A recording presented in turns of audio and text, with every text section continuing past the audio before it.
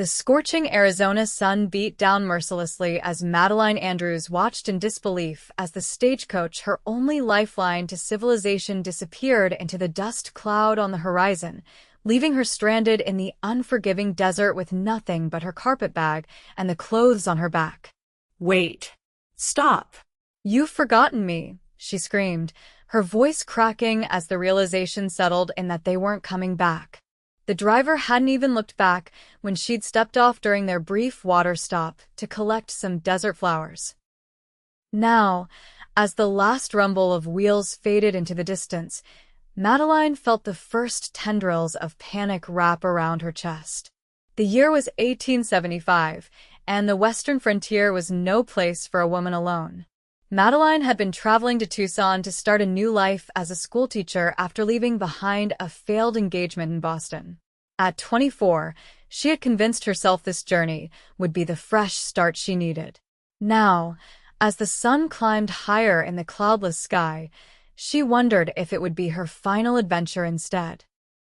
She surveyed her surroundings, nothing but cacti, scrub brush, and red rock formations stretching endlessly in every direction. The water stop had been at a small spring, but there was barely enough moisture there to wet a handkerchief now. The driver had mentioned they were still a day's journey from the nearest town. Madeleine sank to her knees, the reality of her situation crashing down upon her. She had perhaps half a cup of water in her small flask, no food, and no shelter from the unrelenting sun. Her blue cotton traveling dress, while modest and proper for Boston society, offered little protection against the harsh elements.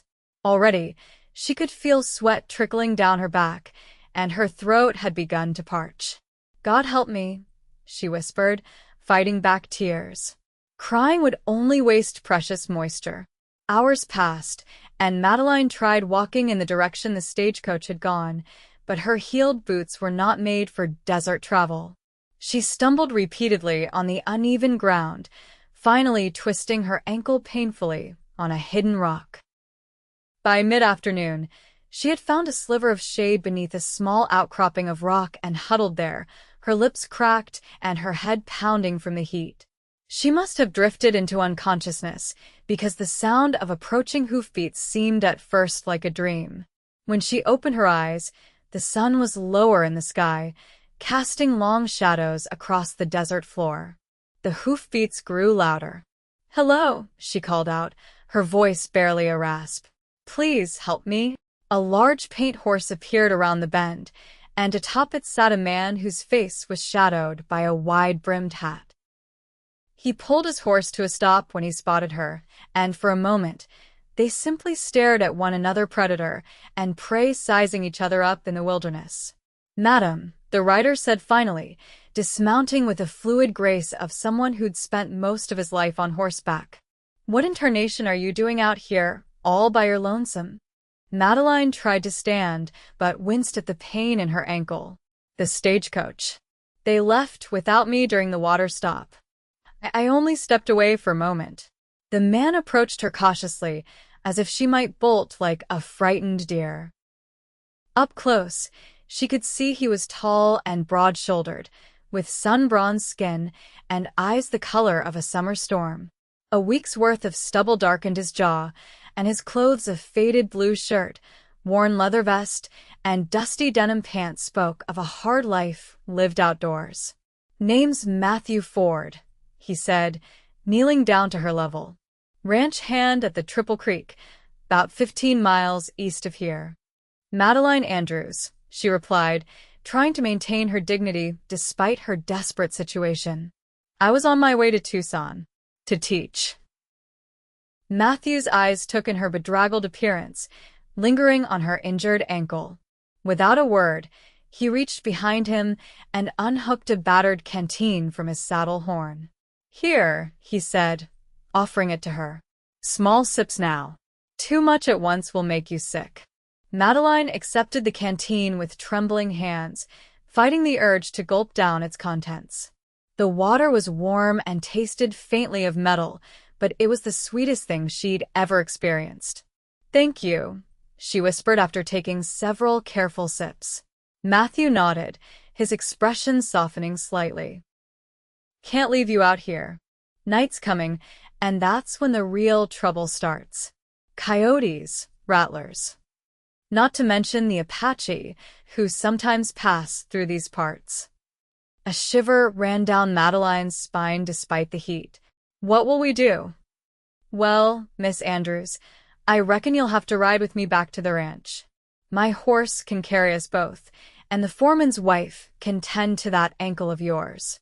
He paused, scanning the horizon. "We need to move now if we want to make it before dark." Madeleine hesitated, years of proper Boston upbringing warring with her survival instincts. Riding alone with a strange man was beyond improper, it was scandalous. But dying alone in the desert seemed the far worse option. "I accept your kind offer, Mr. Ford," she said formally, trying to mask her fear. With surprising gentleness, Matthew helped her to her feet and guided her to his horse. "This here's Thunder," he said, patting the paint's neck. "Best horse in the territory. He'll get us home safe." After securing her carpet bag to his saddle, Matthew lifted Madeleine as if she weighed nothing at all, settling her sideways on the horse before swinging up behind her. She tensed at the improper closeness, but there was no avoiding it, his chest pressed against her back, one arm around her waist to keep her steady. "Hold on tight," he instructed, and then they were moving, Thunder's steady gait eating up the miles as the desert landscape slid by.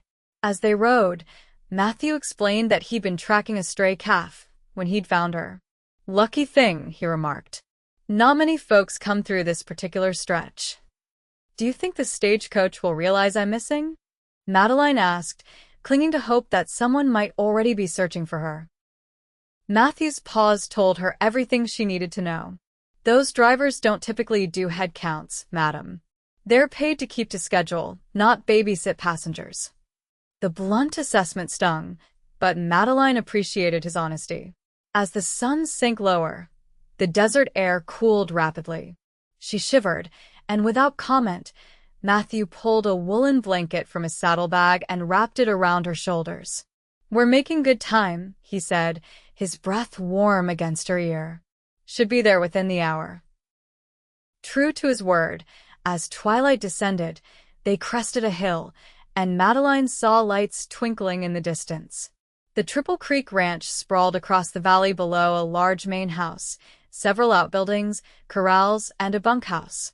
"It's not much," Matthew said, a note of pride in his voice, "but it's home."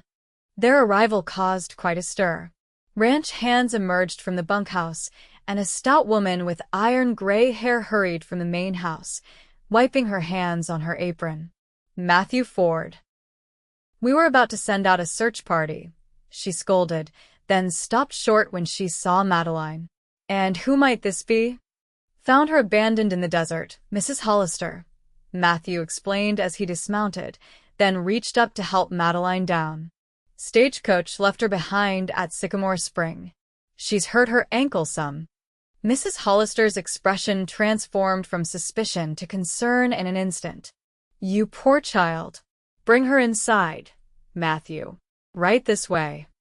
The next hours passed in a blur for Madeleine. Mrs. Hollister Clara, as she insisted on being called, turned out to be the ranch cook and housekeeper, as well as wife to the foreman.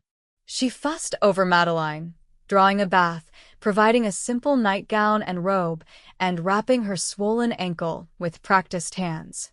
"It's just a sprain," Clara declared after her examination. "Stay off it for a few days, and you'll be right as rain." Madeleine sat at the kitchen table, sipping hot tea and feeling more human than she had in hours. The ranch owner, a gruff widower named Mr. Wilson, had been informed of her presence and had grudgingly agreed she could stay until arrangements could be made to get her to Tucson. "You're lucky Matthew found you," Clara said, setting a bowl of stew in front of her. "That boy's got a good heart, though he tries his best to hide it." "He saved my life," Madeleine acknowledged, thinking of the quiet cowboy who disappeared to the bunkhouse after delivering her to Clara's care. "Been with us 5 years now," Clara said, settling into the chair across from her. "Came from somewhere back east after the war, Never talks much about it. Best hand with horses I've ever seen, though. Mr. Wilson would be lost without him. That night, lying in a narrow bed in what Clara called the spare room, Madeleine thought about how quickly life could change. Yesterday, she'd been a respectable Boston spinster on her way to a new position. Today, she was a rescued damsel dependent on the charity of strangers. And somewhere on the property, the man who'd saved her was probably already asleep, thinking nothing of his heroic deed. Morning came with the crowing of roosters and the bustle of ranch life. Clara brought her breakfast on a tray and helped her dress in a borrowed skirt and blouse that hung loosely on her slender frame. Mr. Wilson says the mail wagon comes through in 3 days, Clara informed her. They can take you to the stage station in Gallows Creek, and from there, you can catch the stage to Tucson. That's very kind, Madeleine said, though the thought of getting back on a stagecoach filled her with dread. I'll find a way to repay everyone's kindness. Clara waved away her concerns. Nonsense. It's what decent folk do. Now, would you like to sit on the porch? Fresh air will do you good, and you can rest that ankle in the shade. The day passed slowly.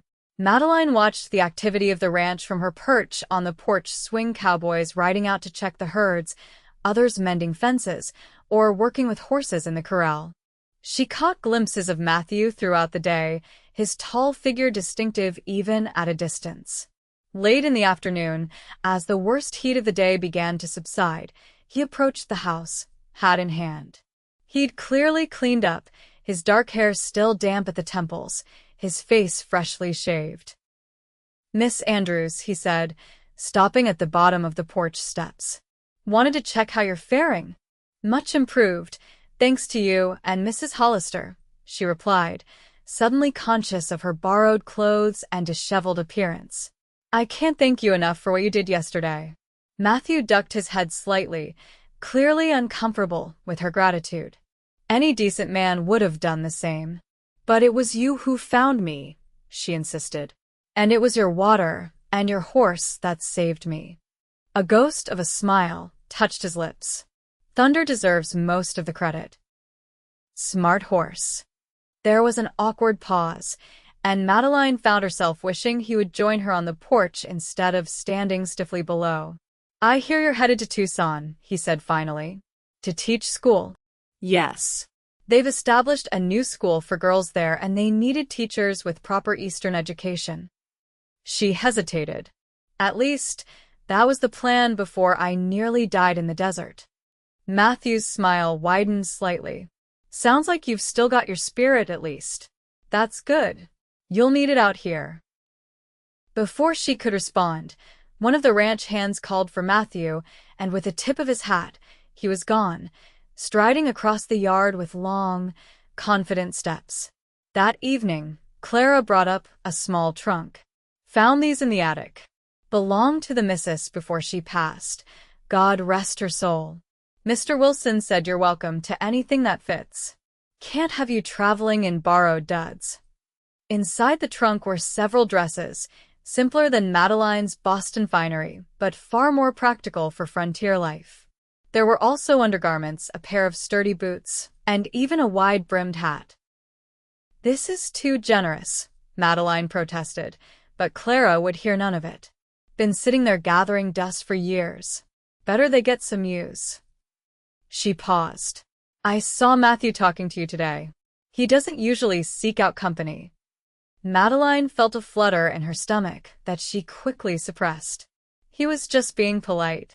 Clara's knowing smile suggested she thought otherwise, but she said nothing more on the subject. The next morning, Madeleine dressed in one of Mrs.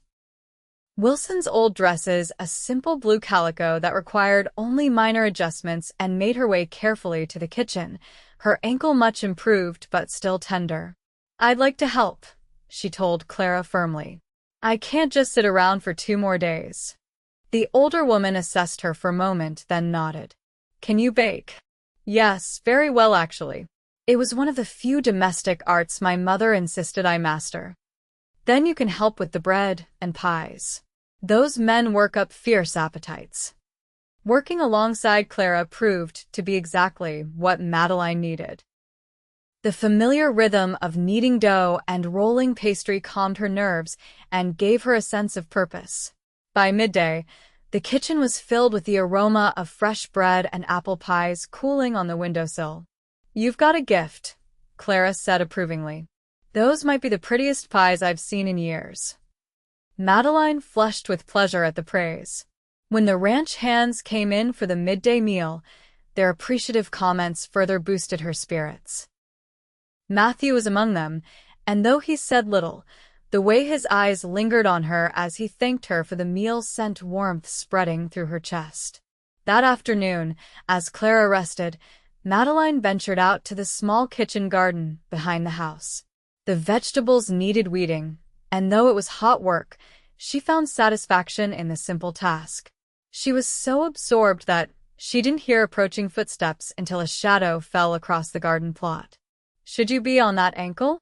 Matthew asked, concern evident in his tone. Madeleine looked up, shielding her eyes against the sun. "It's much better today, and I needed to feel useful." He nodded, understanding in his eyes. "Mind if I join you for a spell? Just finished my chores for the day." "Please do," she said, surprised by the eagerness in her voice. Matthew settled on a nearby stump, stretching his long legs out in front of him. "Clara says you're a schoolteacher." "I will be, once I reach Tucson." She pulled another weed, adding it to the growing pile beside her.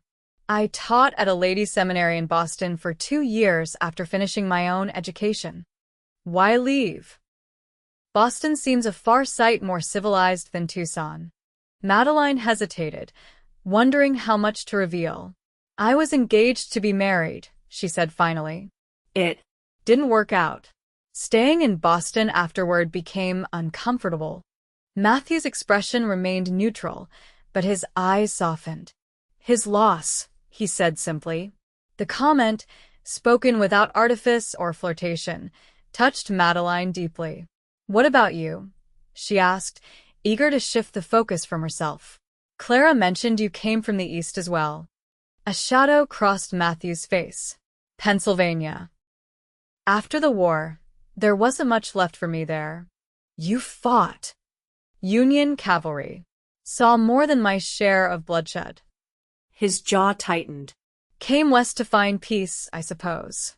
Or, at least space to breathe."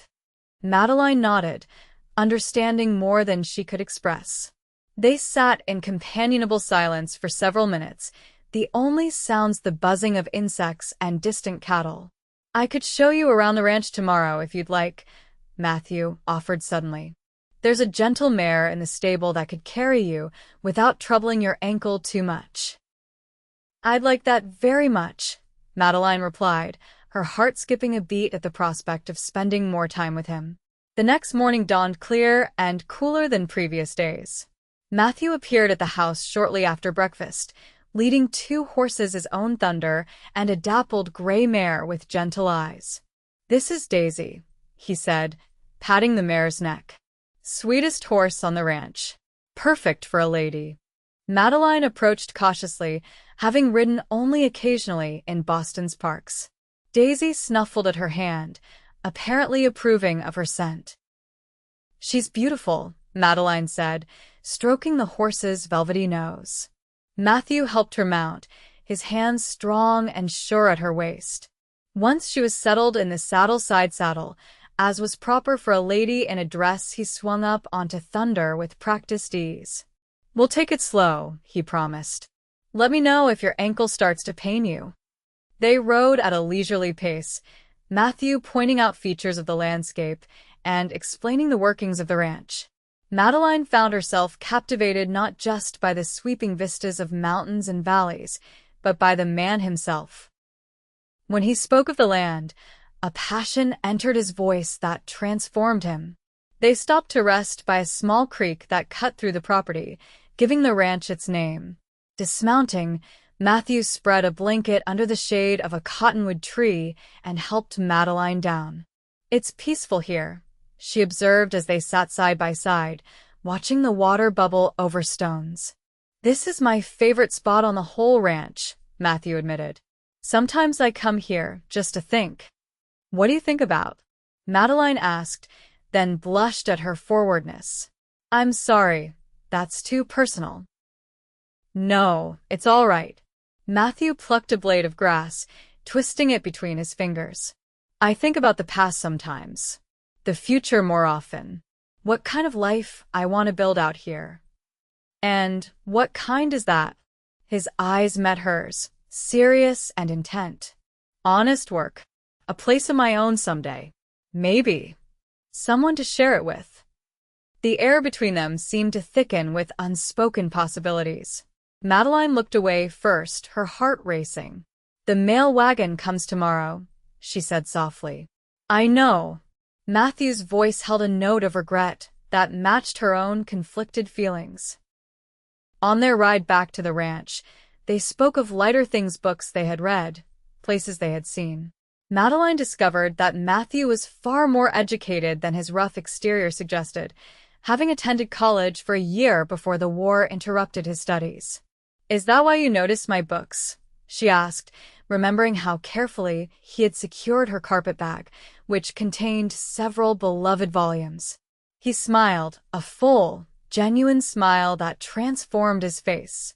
I saw Milton peeking out. Not typical reading material for a lady traveling west.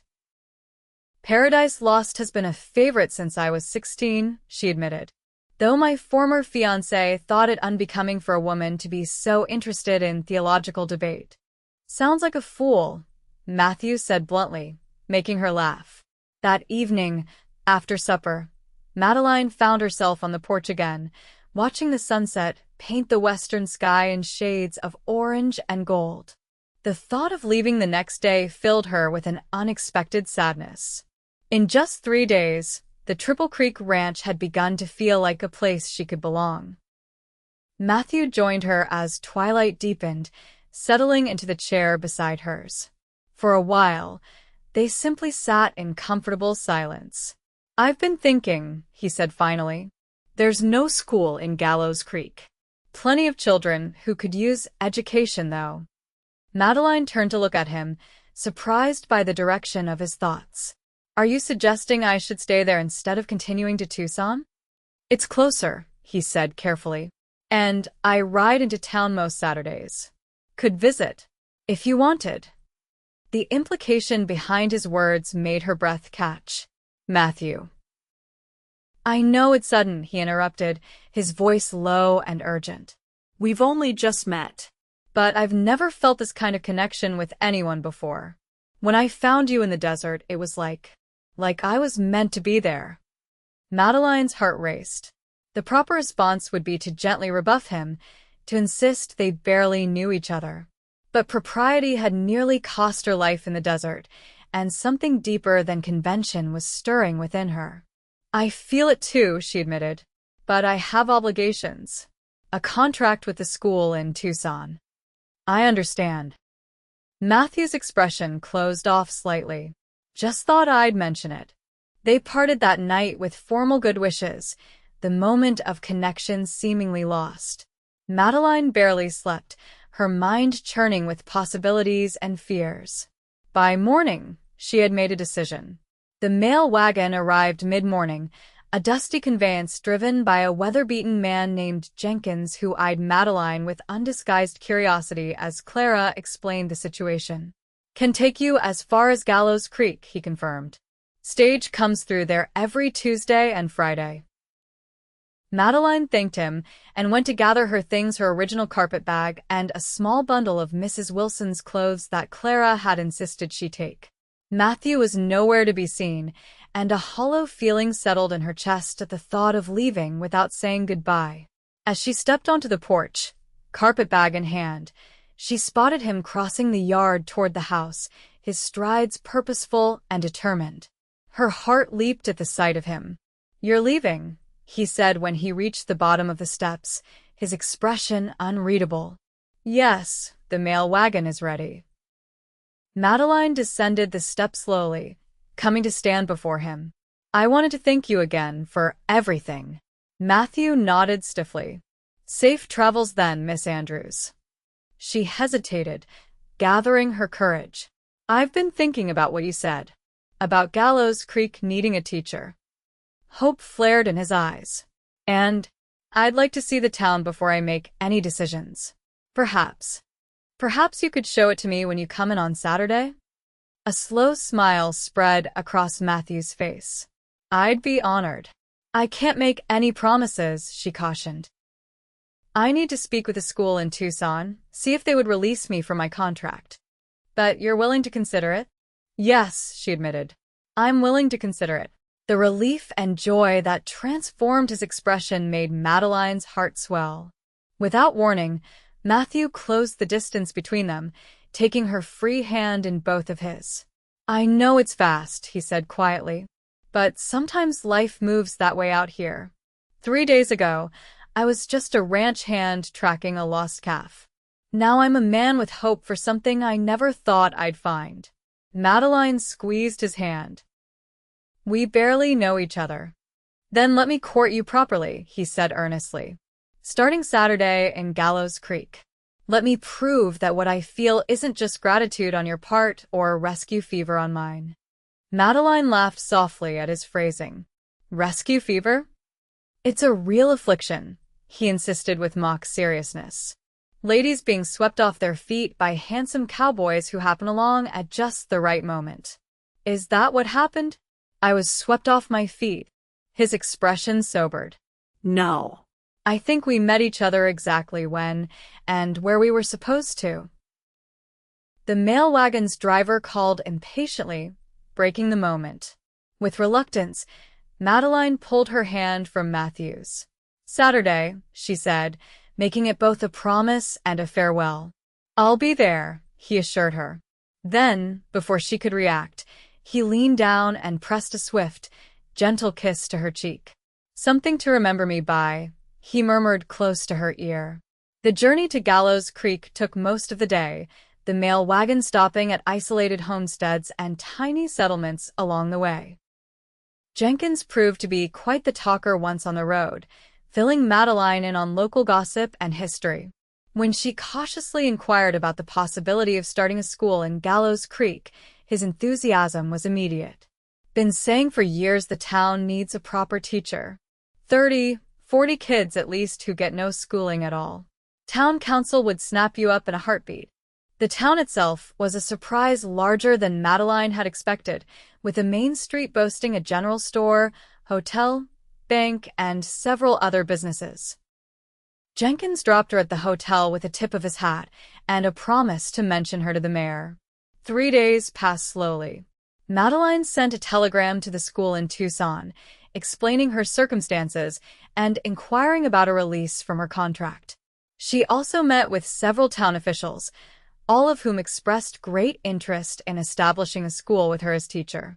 We've been saving for a schoolhouse for 2 years, Mayor Thompson explained. Got the land picked out and everything. Just need the right person to take charge. By the time Saturday arrived, Madeleine had received a surprisingly understanding reply from Tucson. The school regretted losing her but acknowledged that Gallows Creek's need was greater and they would find a replacement.